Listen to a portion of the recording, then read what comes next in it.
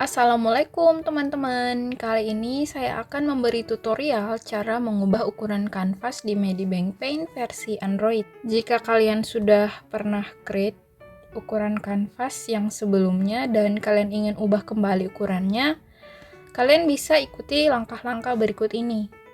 Yang pertama, kalian pilih menu edit, kemudian kalian pilih canvas settings.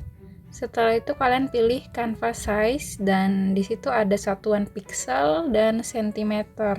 Kalian bisa pilih kalau mau ubah ukurannya.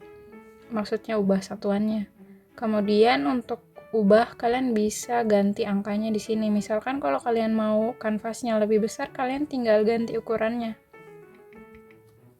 Misalkan saya mau ganti 5000 x 5000, jadi lihat akan lebih besar lagi daripada kanvas yang sebelumnya. Kalau sudah, kalian bisa tekan OK. Seperti itu teman-teman, semoga bermanfaat. Assalamualaikum warahmatullahi wabarakatuh.